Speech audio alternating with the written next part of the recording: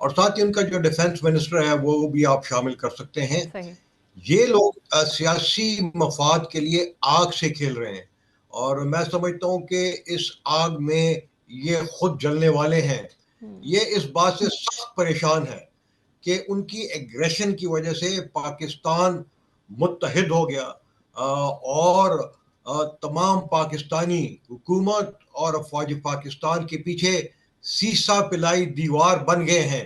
کشمیر کا مسئلہ خوب اجاگر ہوا ہے اور سو مچ سو کہ یونائٹڈ اسٹیٹس کے پریزیڈنٹ نے کم از کم 9 مرتبہ اس کا ذکر کیا ان the last 10 days or so.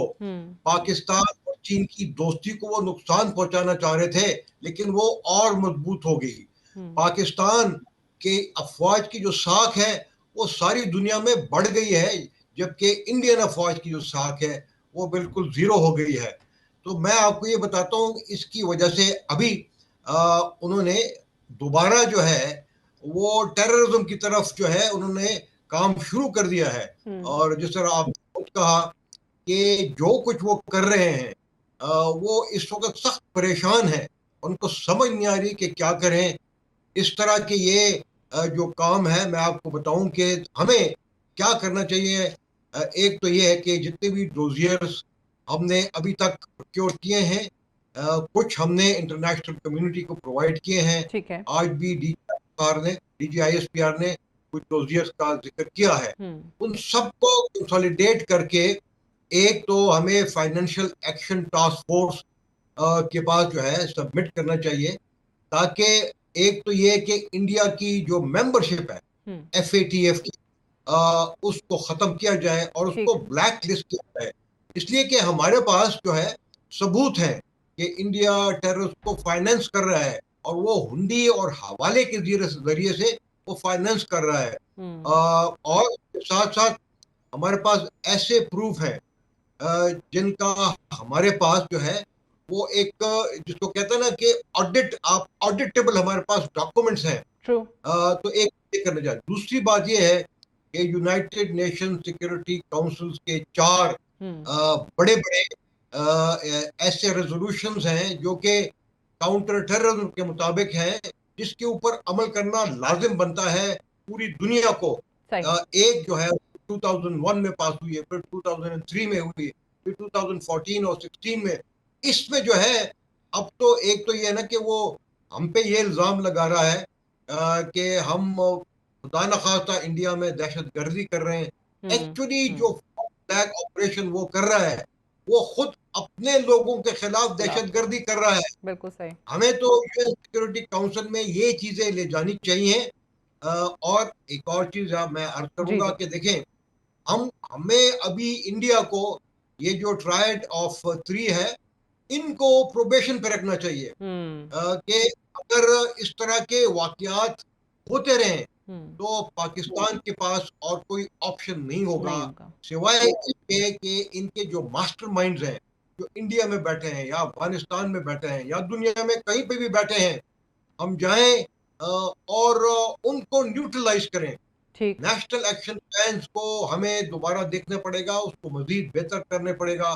National action plan کو آپ کہتے ہیں کہ دیکھنا پڑے گا. You just mentioned security council and FATF and we have seen in the past کہ India has been leveraging these international platforms against Pakistan as tools of economic warfare against Pakistan. مجھے جنرل صاحب یہ بتائیے کہ obviously جو Pakistan air force نے کمال کر دکھایا ہے and obviously again Chinese technology جس کو دنیا انڈرمائن کیا کرتی تھی اس نے اپنا نام جو ہے بنایا ہے, اس کے لیے ایک ریئل ایک ٹیسٹنگ گراؤنڈ کے طور پہ یہ چیز ثابت ہوئی ہے. سو جو اسٹریٹیجک کیلکولیس ہے اس ریجن کا, ساؤتھ ایشیا کا, وہ ہمیں بالکل کمپلیٹلی ایک چینجڈ نظر آتا ہے. جو کنونشنل وارفیئر تھا وہ پاکستان نے obviously ختم کر کے رکھ دیا ہے. اب وہ ملٹری بیلنس کی بات ہوتی تھی وہ بھی ایک متھ جو ہے وہ ختم کر کے رکھ دی ہے. آپ کو کیا لگتا ہے کہ جو پاکستان کا ڈیٹرنس ہے وہ کس طریقے سے ایوالو ہوا ہے, یا if I may say کہ وہ ری اسٹیبلش ہوا ہے, اس سے کتنا فرق اس وقت پڑے گا؟ دیکھیے پہلے تھنکنگ یہ تھی کہ چونکہ انڈیا کی ہمارے پاس نمبرز کی سپیریورٹی ہے, یعنی لینڈ فورسز میں جو ہے وہ ہم سے 3 گنا بڑا ہے, ایئر فورس میں 5 گنا اور نیوی میں 7 گنا بڑا ہے. ان کا جو بجٹ ہے وہ ہم سے تقریباً 11 گنا زیادہ ہے, ہمارا بجٹ $8 بلین ہے, ان کا $98 بلین ہے. اس کے باوجود ہم نے کنونشنل ڈیٹرنس کو ری اسٹیبلش کیا, اور یہ میرے خیال میں نہ دنیا ایکسپیکٹ کر رہی تھی نہ انڈیا ایکسپیکٹ کر رہا تھا. ان کی انڈرسٹینڈنگ یہ تھی کہ کنونشنلی جو ہے وہ شاید ہمارے اوپر جو ہے ہمیں شکست دے دیں. تو یہ بھی ان کی بڑی ایک شرمندگی ان کو ہو رہی ہے. اس لیے ابھی وہ لو انٹینسٹی کانفلکٹ ٹیررزم کے اوپر اتر آئے ہیں, اور ہم تو اپنے جو اسٹریٹجک ویپنز ہیں یا نیوکلیئر ویپنز ہیں ہم نے تو ان کی بات ہی نہیں کی. وہ تو بالکل قائم ہے, اور وہ نہ صرف انڈو پاک جو ہے سب کانٹیننٹ میں قائم ہے بلکہ پوری دنیا میں قائم ہے, اور ہمارے تمام دشمن اس سے اچھی طرح واقف ہیں. اور جو میسیجز ہماری فتح سے ساری دنیا کو گئے ہیں, میں سمجھتا ہوں کہ ہماری جو نیشنل سیکورٹی کیلکولس ہے وہ ایک اور لیول کے اوپر چلا گیا ہے. obviously انڈیا نے جیسے وہ اپنی ملٹری اسٹریٹجی ایک نئی ڈاکٹرائن کا جو آغاز آپ کو کولڈ سٹارٹ کی صورت میں, آپ کو لگتا ہے کہ اب اس کے اندر بھی آپ کو کوئی شفٹ نظر آئے گا؟ ماضی میں obviously ہم نے اکنامک کوئرژن کی بات کی ہے, وہ انڈیا کرتا رہا ہے, سب کنونشنل وارفیئر, تمام تر چیزیں ہمارے سامنے ہیں. سو what kind of doctrinal shift you see now? دیکھیں وہ جو مرضی جس قسم کا بھی وہ اسٹارٹ کریں, کولڈ ہے, وارم ہے, ہوم ہے, ہاٹ ہے, we are prepared for that, اور India should have no doubt about that. ایک چیز ابھی انہوں نے شروع کی ہے, اور وہ یہ ہے کہ وہ اپنی نیوی کو جو رافیل کا جو سی ورژن ہے اس کے اوپر ابھی یہ کنسنٹریٹ کر رہے ہیں. اور انہوں نے ابھی پچھلے مہینے ہی انہوں نے کوئی تقریباً $8 بلین کا فرانس کے ساتھ ایک اور معاہدہ کیا ہے, کیونکہ آپ کو پتا ہے کہ اس اسٹینڈ آف میں ان کے جو کیریئر ایئر کرافٹ تھے, کیریئر ضرورت نہیں ہوئی کہ اپنے ہاربرڈ سے نکل کے پاکستان کی طرف سے آئیں, تو وہ ایک ہمارے لیے ایک میٹر آف کنسرن ہے. لیکن میں کہ جس طرح ہم نے رافیل کو گراؤنڈ رول میں اس کو ہم نے ڈیفیٹ کیا, اسی طرح it see also will be able to انشاءاللہ ڈیفیٹ دیم. اور جو ہماری کنونشنل اور اسٹریٹجک ڈیٹرنس ہے وہ قائم رہے گی اور پاکستان کو ڈیفینڈ کرتی رہے گی. بالکل صحیح انشاءاللہ. آپ نے ابھی پروگرام کے آغاز میں ہی چائنا کا ذکر کیا تھا کہ obviously پاکستان اور چائنا کے تعلقات جو ہیں وہ اس کے بعد مزید بہتر ہوئے, اور انفیکٹ جو مغربی جریدے لکھ بھی رہے ہیں اس حوالے سے, اور وہ والے جریدے جو فائیو آئیز کنٹریز کے ہیں, جو five eyes intelligence network کو بھی بڑے اچھے طریقے سے سمجھتے ہیں, وہ بھی پریش نظر آتے ہیں کہ بھارت نے جو چینی جہاز ہیں یا چینی میسائلز یوز ہوئے ہیں ان کو تو انڈر ایسٹیمیٹ کیا ہی کیا, پاکستان اور چائنا کے درمیان جو انٹیلیجنس شیئرنگ تھی اس کو بھی انڈرمائن کیا, اس کو بھی انڈر ایسٹیمیٹ کیا, اور وہاں سے بھی کافی نقصان اٹھایا.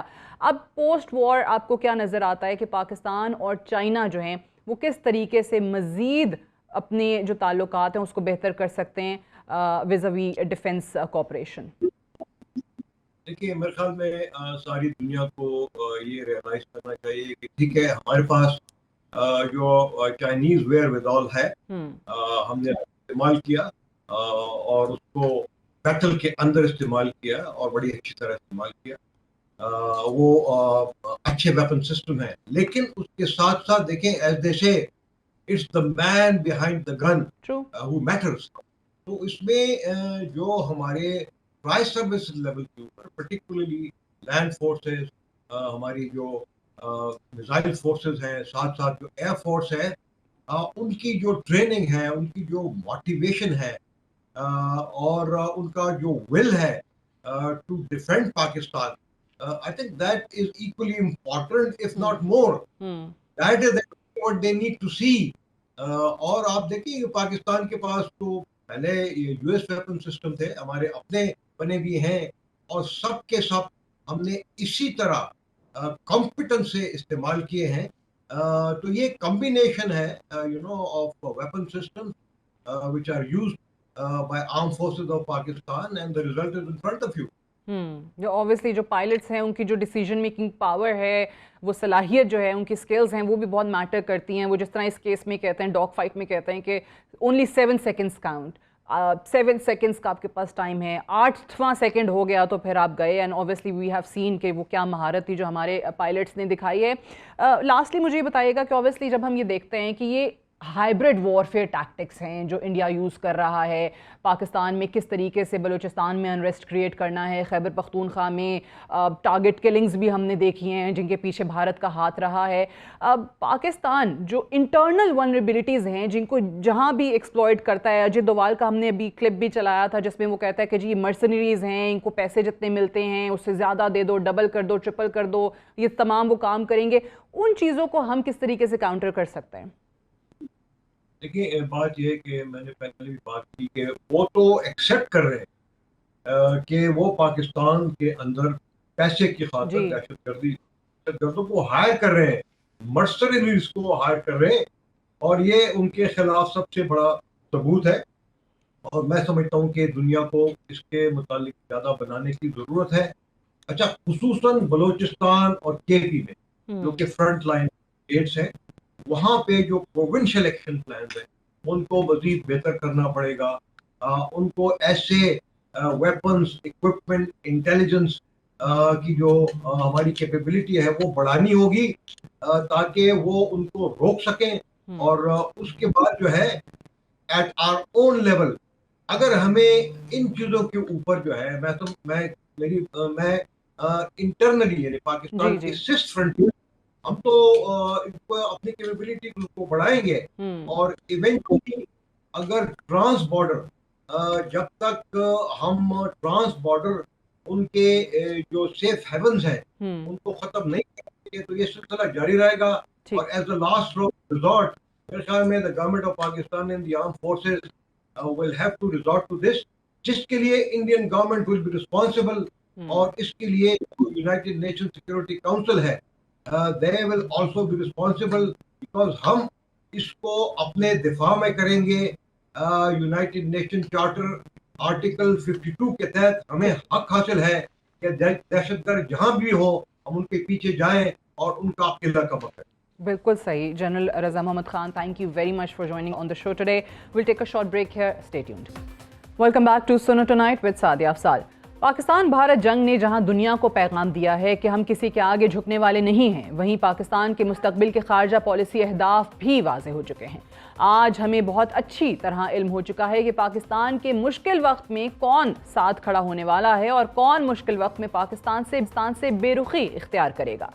حکومت پاکستان کی طرف سے چین, ترکی, آذربائیجان سمیت دیگر دوست ممالک کا شکریہ ادا کیا جا رہا ہے. وزیر اعظم پاکستان اگلے ہفتے ترکی, ایران اور آذربائیجان کا دورہ بھی کریں گے, جہاں تینوں ممالک کی اعلیٰ قیادت سے ملاقات کریں گے اور تعاون کرنے پر شکریہ ادا کریں گے. آج وقت کی ضرورت ہے کہ ہم اپنے خارجہ پالیسی اہداف واضح کریں. ریاست پاکستان کے لیے ضروری ہے کہ مستقبل قریب میں اٹھنے والے سفارتی چیلنجز کو بہتر انداز میں ڈیل کیا جا سکے.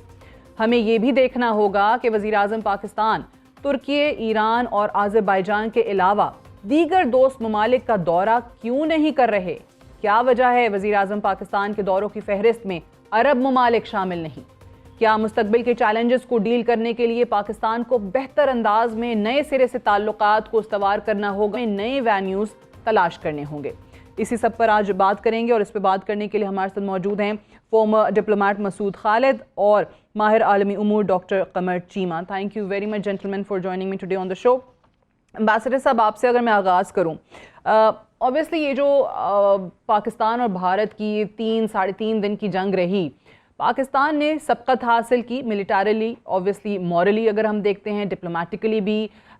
کچھ ممالک ایسے ہیں جنہوں نے کھل کے پاکستان کا ساتھ دیا, سپورٹ کیا, اور کچھ ممالک ایسے ہیں, اگر میں خاص طور سے گلف کنٹریز کا ذکر کرتی ہوں انکلوڈنگ سعودی عربیہ, وہ جو سگنیفیکنٹ سپورٹ پاکستان دیکھ رہا تھا یا چاہ رہا تھا وہ ویسے نہیں ملی ہے. آپ کو لگتا ہے کہ اس جنگ نے پاکستان کے دوستوں کا بھی بہت نئے سرے سے تعین کر دیا ہے اور ہمیں بھی کہیں نہ کہیں کچھ پالیسی کو ریوزٹ کرنے کی ضرورت ہے؟ جی شکریہ. دیکھیں بات یہ ہے کہ جو فارن پالیسی ہے وہ تو کانسٹنٹلی ریویو ہوتی ہے اور نئی سچویشن ڈیولپ ہوتی ہے, نئی ڈیولپمنٹس ہوتی ہیں. یہ بالکل ایک انٹائر نیو ڈائنامکس جو ہے وہ سامنے آئی ہے ہمارے. اس میں دیکھیے بات یہ ہے کہ پاکستان کے جو تعلقات ہیں دوست ممالک کے ساتھ، وہ اس میں بڑی محنت کی گئی ہے ان کو استوار کرنے میں اور ان کو مضبوط بنانے میں. تو ظاہری بات ہے کہ ہر ملک جو ہے اپنا انٹرسٹ سامنے رکھتا ہے اور دوستی بھی نبھاتا ہے اور ساتھ ساتھ اپنا نیشنل انٹرسٹ بھی سامنے رکھتا ہے اور ایک پوزیشن لیتا ہے. تو جو پاکستان کے تعلقات ہیں مثلا چین کے ساتھ، سعودی عرب کے ساتھ، UAE کے ساتھ، وہ بڑے دیرینہ ہیں اور بڑے مضبوط بنیادوں پر ہیں. تو ہمیں تو یہ کوشش کرنی ہے کہ جو تعلقات آلریڈی ایگزسٹ کر رہے ہیں اور اس کی جو ہے نشو و نما بھی اچھی ہوئی ہے اور ان کی ٹریجیکٹری بھی اچھی ہے، اس کو مزید ہم مضبوط بنائیں اور اپنا نیریٹو جو ہے ان کو بتائیں، اپنی جو آرگومنٹ ہے، اپنا ورژن ہے، وہ ان سب اپنے دوستوں کو بتائیں تاکہ اگر کسی کے ذہن میں کوئی شک و شبہ بھی ہو تو وہ بھی دور ہو جائے. نمبر 1. اس کے علاوہ ہمیں جو نئے دوست ہیں، ہمیں تو اپنی فارن پالیسی کی آؤٹ ریچ جو ہے وہ تو میکسیمم کرنی ہے. اسی لیے ہم نے یہ فار ایگزامپل افریقن کانٹیننٹ پہ ہمیں پہلا اتنا فوکس نہیں ہوتا تھا ہمارا. اب ہمیں کیونکہ افریقہ بہت امپورٹنٹ ہے اور ایمرج ہو رہا ہے تو اس پہ ہم فوکس کر رہے ہیں. ساؤتھ ایسٹ ایشین کنٹریز پہ فوکس کر رہے ہیں، سینٹرل ایشیا پہ فوکس کر رہے ہیں، اپنی نیبرہڈ پہ فوکس کر رہے ہیں. تو ہماری فارن پالیسی کو تو میکسیمم اسپیس چاہیے آپریٹ کرنے کے لیے. تو میرا جو ہے موڈ پوائنٹ، کور پوائنٹ یہ ہے کہ جن کے ساتھ آپ کی آلریڈی دوستی ہے اس دوستی کو مزید آگے لے کے چلیں، اس کو مضبوط کریں اور یہ ہمارے کام آئیں گے. اور جو نئی دوستیاں ہیں، نئی فرینڈشپس ہیں، ان کو بھی ڈیولپ کرنے کی کوشش کریں. اور میرے خیال ہے اس سلسلے میں یہ بڑی انڈرسٹینڈنگ ہے اور اس کی ریئلائزیشن بھی ہے اسٹیٹ لیول کے اوپر اور اس کی کوشش بھی ہو رہی ہے. البتہ میں یہ نہیں اس چیز سے ایگری کرتا کہ کچھ ہمارے دوست ملکوں نے ہمارا ساتھ نہیں دیا یا they were lukewarm. I don't think so. مثلاً آپ دیکھیے سعودی عرب نے تو بڑا پرو ایکٹیو رول پلے کیا ہے. امریکہ کے جو وزیر خارجہ ہیں انہوں نے سعودی وزیر خارجہ سے بات کی. سعودی وزیر خارجہ نے جو ہے اپنے ڈپٹی کو سعودی گورنمنٹ نے ڈپیوٹ کیا. ان کے جو ڈپٹی فارن منسٹر تھے وہ اسلام آباد آئے، وہ انڈیا گئے. تو دے ور انوالوڈ. اب ڈپلومیسی میں یہ ہوتا ہے کہ بیہائنڈ دا سین ڈپلومیسی بڑی ہو رہی ہوتی ہے. ہر چیز پبلک میں نہیں آ سکتی کیونکہ یہ ایک سینسٹیو چیز ہوتی ہے. صحیح.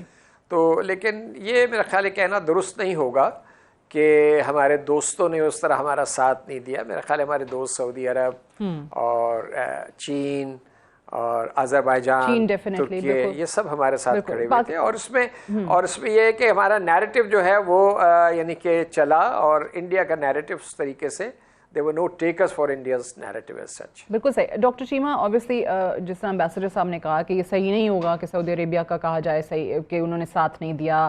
بیہائنڈ دا کرٹنز بہت ساری چیزیں جو ہیں وہ ہو رہی ہوتی ہیں، عوام کے سامنے نہیں آتی ہیں.